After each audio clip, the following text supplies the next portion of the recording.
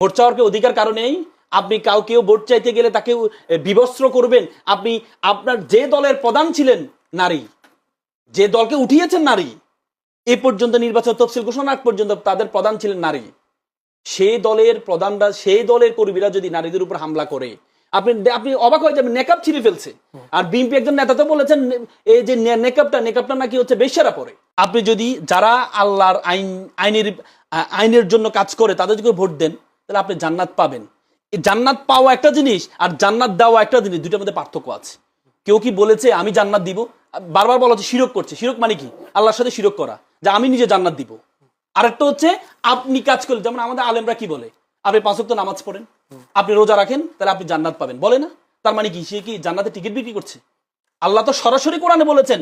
আল্লাহ তাআলা কোরআনে একটা আয়াতকে আমি বলে শেষ করছি জানিল ভাই। কোরআনে একটা আয়াত আছে যে ইন্নাল্লাহা ইশতারা মিনাল মুমিনিনা আনফুসাহুম ওয়া আমওয়ালাহুম বিআন্না লাহুমুল জান্নাহ। আল্লাহ বলছে তুমি দুইটা জিনিস দাও, জান এবং মাল দাও, তাহলে আমি তোমাকে জান্নাত বিক্রি করে দিব। আল্লাহ বলেছেন। যারা বিআন্না লাহুমুল জান্নাহ মানে জান্নাত তোমার কাছে আমি বিক্রি করব। দুইটা জিনিসের বিনিময়, একটা হচ্ছে জান আর একটা হচ্ছে মাল। যারা জামাত শিবির করে তারা প্রত্যেকে মনে করে যে আমি জামাত, দেখেন একমাত্র বাংলাদেশে একমাত্র দল যে দলে নিজের পকেট থেকে টাকা দিয়ে 5% টাকা দিয়ে জামাত ইসলাম করতে হয়। কেন করে? পাওয়ার জন্য না, সে পাওয়ার জন্য, সে চিন্তাই করে জান্নাত পাওয়ার জন্য। যে যার কাজে জান্নাত, কিন্তু যার কাজ হচ্ছে ন্যাশনালিজম, সে যখন জান্নাত, আপনি বিভিন্ন জায়গায় বক্তব্য শুনেছেন যে জিয়াউর রহমান নাম নিলে আপনি জান্নাত নিশ্চিত। বিভিন্ন জায়গায় বক্তব্য শুনেছেন, আপনি বিভিন্ন জায়গায় বক্তব্য জামাতকে ভোট দিলে জাহান্নাম নিশ্চিত, এটাও শুনেছেন। এটা যদি অপরাধ না হয়, এটা কিভাবে কেউ থাকলে হয়তো কথাগুলো জবাব দিতে পারতো। আমি একটু যেতে চাই শরীফুল ইসলাম শরীফ। জামায়াত বলা হচ্ছে 31 জানুয়ারি সোহরাওয়ার্দী উদ্যানে প্রথম একটা নারী সমাবেশ করতে যাচ্ছে। তাদের বলা হচ্ছে তাদের বিরুদ্ধে একটা অভিযোগও আছে, যারা নারী কোনো প্রার্থী 300 আসনের মধ্যে দেয়নি, কিন্তু তারা আবার নারীদেরকে সামনে নিয়ে আসার চেষ্টা করছে। জামায়াত সোহরাওয়ার্দী উদ্যানে 31 জানুয়ারি নারী সমাবেশ করবে। নারী সমাবেশ করার পেছনে কোনো কারণ দেখেন কিনা, বা এই নারী সমাবেশের মাধ্যমে কোনো মেসেজ দিতে চাই কিনা জামায়াত? ধন্যবাদ। আমি এর আগের যে অংশটা আলোচনা করেছিলাম, আমি এর সঙ্গে কতগুলো জিনিস যুক্ত করি। বাংলাদেশের মুক্তিযুদ্ধ ইস্যুটা 100 বছর পরেও এটি জীবন্ত। কতগুলো ইস্যু আছে, এটি কখনো পুরনো হয় না। একটা দেশের জন্ম, একটা দেশের জন্মের সাথে যারা বীরত্বপূর্ণ ভূমিকা পালন করেছে তাদেরকেও যেমনিভাবে ইতিহাস শ্রদ্ধার সাথে স্মরণ করবে, যারা সেটি চায়নি তাদেরকেও ইতিহাস সেইভাবে নিন্দা করবে।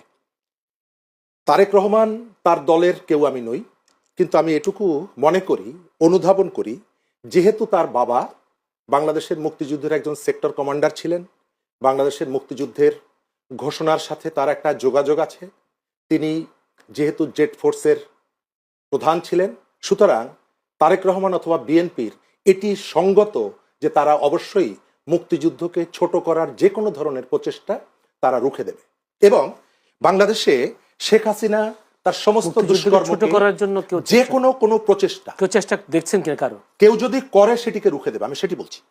বাংলাদেশের মুক্তিযুদ্ধকে শেখ হাসিনা ব্যবহার করত, এটিকে সে সমস্ত দুষ্কর্মের ত্রিপল হিসাবে ব্যবহার করত। তার মানে এই না যে এখানে তারামন বিবির আত্মত্যাগ এটি ব্যর্থ, মিথ্যা হয়ে যায়।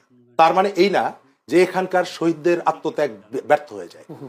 সেকেন্ড জায়গাটা হচ্ছে অভিযোগ পাল্টা অভিযোগ, যে যেভাবে পারছে সে সেভাবে এটিকে ব্যবহার করছে। আপনি আমাদের এখানে আমরা ইতিহাসটাকে গ্রহণ করছি কাট এবং পেস্ট করে। আমি বলছি যে 111-এর যে সরকারটা, সেই সরকারটা শেখ হাসিনাকে ক্ষমতায় বসানোর জন্য এসেছিল। আবার বলছি তারেক রহমান মুসলেকা দিয়ে দেশ থেকে পালিয়ে গিয়েছিল। আমার প্রথম বলা উচিত যে একটা সরকার, সে সামরিক হোক বেসামরিক হোক, সে কোনো পলিটিশিয়ানকে জোর করে মুসলেকা আদায় করতে পারে কিনা। যদি আমি বলি এবং এটিকে যদি আমি এস্টাবলিশ করার চেষ্টা করি যে তারেক রহমান পালিয়ে গিয়েছিল মুসলেকা দিয়ে, তাহলে কোনো না কোনোভাবে আমি ওই 111-এর মাইনাস পলিটিক্সের যারা এখানে ইন্ট্রোডিউস করতে চেয়েছিল তাদেরকে আমি সাপোর্ট করছি।